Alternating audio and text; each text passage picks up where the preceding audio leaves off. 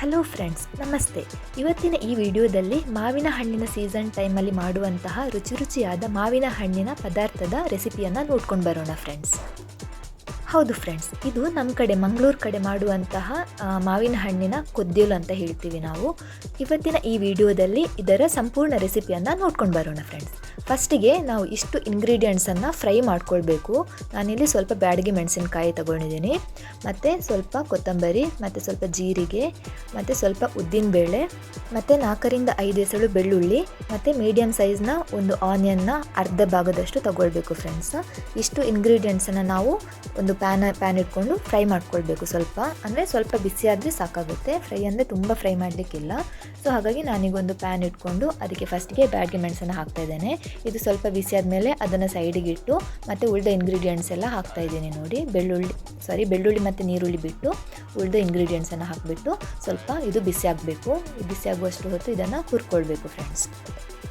ಆಮೇಲೆ ಅರ್ಧ ತೆಂಗಿನಕಾಯಿ ತುರಿಯನ್ನು ಹಾಕಿಬಿಟ್ಟು ಅದಕ್ಕೇ ಸ್ವಲ್ಪ ಒಂದು ಅರ್ಧ ಸ್ಪೂನ್ನಷ್ಟು ಅರಿಶಿನ ಪೌಡರ್ ಹಾಕಿಬಿಟ್ಟು ಅದನ್ನು ಕೂಡ ಚೆನ್ನಾಗಿ ಹುರ್ಕೊಳ್ಬೇಕು. ಇದರಲ್ಲಿ ಇದು ಬಿಸಿ ಆಗ್ತಾ ಬರ್ತಿದ್ದ ಹಾಗೆ ಈರುಳ್ಳಿ ಮತ್ತು ಬೆಳ್ಳುಳ್ಳಿಯನ್ನು ಕೂಡ ಸ್ವಲ್ಪ ಬಿಸಿ ಮಾಡ್ಕೊಳ್ಬೇಕು.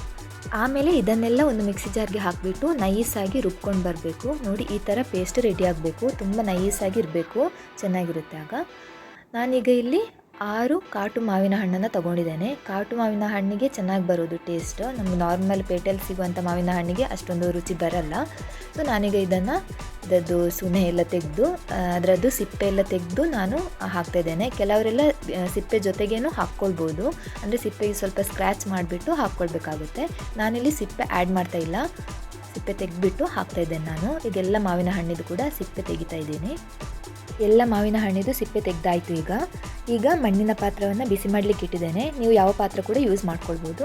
ಸೊ ಈಗ ಮಣ್ಣಿನ ಪಾತ್ರ ಬಿಸಿಯಾದ ಮೇಲೆ ನಾವು ಗ್ರೈಂಡ್ ಮಾಡಿ ಇಟ್ಟಿದ್ದೀವಲ್ವ, ಅದನ್ನು ಇದಕ್ಕೆ ಹಾಕ್ತಾ ಇದ್ದೇನೆ. ಗ್ರೈಂಡ್ ಮಾಡಿದ ಮಸಾಲೆಯನ್ನು ಹಾಕಿ ಅದಕ್ಕೆ ನಮಗೆ ಎಷ್ಟು ಕನ್ಸಿಸ್ಟೆನ್ಸಿ ಬೇಕು ಅಷ್ಟು ಕನ್ಸಿಸ್ಟೆನ್ಸಿಯಲ್ಲಿ ನೀರು ಹಾಕಿಬಿಟ್ಟು ಅದಕ್ಕೆ ರುಚಿಗೆ ತಕ್ಕಷ್ಟು ಉಪ್ಪು ಹಾಕಿ ಚೆನ್ನಾಗಿ ಕುದಿಸಬೇಕು. ಇದನ್ನು ಈ ಮಸಾಲೆ ಫುಲ್ ಅಂದರೆ ಹಸಿ ಸ್ಮೆಲ್ ಹೋಗುವ ತನಕ ಫುಲ್ ಕುದಿಸಿ ಆದ ಮೇಲೆ ನಾವು ಮಾವಿನ ಹಣ್ಣನ್ನು ಇದಕ್ಕೆ ಹಾಕಬೇಕು ಫ್ರೆಂಡ್ಸ್.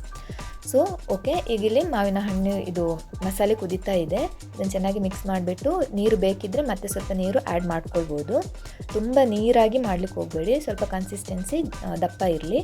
ಮತ್ತು ಇದು ಕುದೀತಾ ಬರಬೇಕಿದ್ರೆ ನಾವು ಬೆಲ್ಲ ಆ್ಯಡ್ ಮಾಡಬೇಕು. ಅಂದರೆ ಮಾವಿನ ಹಣ್ಣು ತುಂಬ ಹುಳಿ ಇದ್ದರೆ ಬೆಲ್ಲದ ಕ್ವಾಂಟಿಟಿ ಜಾಸ್ತಿ ಆ್ಯಡ್ ಮಾಡಬೇಕಾಗುತ್ತೆ, ಇಲ್ಲದಿದ್ದರೆ ಸ್ವಲ್ಪ ಸಾಕಾಗ್ತದೆ.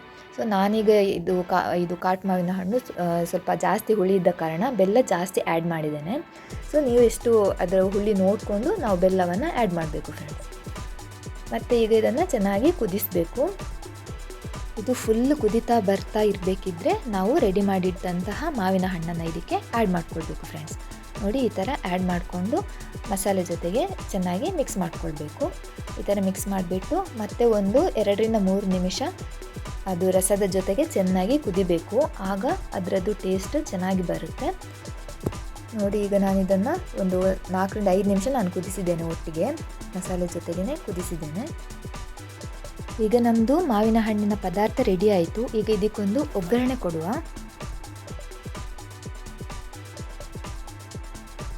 ಒಗ್ಗರಣೆಗೆ ನಾನೊಂದು ಪಾತ್ರದಲ್ಲಿ 2ರಿಂದ 3 ಸ್ಪೂನ್ನಷ್ಟು ಆಯಿಲ್, ಅದಕ್ಕೆ 2ರಿಂದ 3 ಎಸಳು ಬೆಳ್ಳುಳ್ಳಿ, ಆಮೇಲೆ ಸ್ವಲ್ಪ ಉದ್ದಿನಬೇಳೆ, ಮತ್ತು ಸ್ವಲ್ಪ ಸಾಸಿವೆ, ಮತ್ತು ಒಂದು ಬ್ಯಾಡಗಿ ಮೆಣಸನ್ನು ಕಟ್ ಮಾಡಿಬಿಟ್ಟು ಹಾಕಿದ್ದೇನೆ, ಮತ್ತು ಸ್ವಲ್ಪ ಬೇವಿನ ಸೊಪ್ಪು. ಇಷ್ಟು ಹಾಕಿಬಿಟ್ಟು ನಾವು ಒಗ್ಗರಣೆ ಕೊಡಬೇಕು ಫ್ರೆಂಡ್ಸ್. ಟೇಸ್ಟ್ ಅಂತೂ ತುಂಬ ಚೆನ್ನಾಗಿ ಬರುತ್ತೆ ಈ ಥರ ಒಗ್ಗರಣೆ ಕೊಟ್ಟು ಮಾವಿನ ಹಣ್ಣಿನ ಕೊದ್ದಿಲು ಮಾಡಿದರೆ.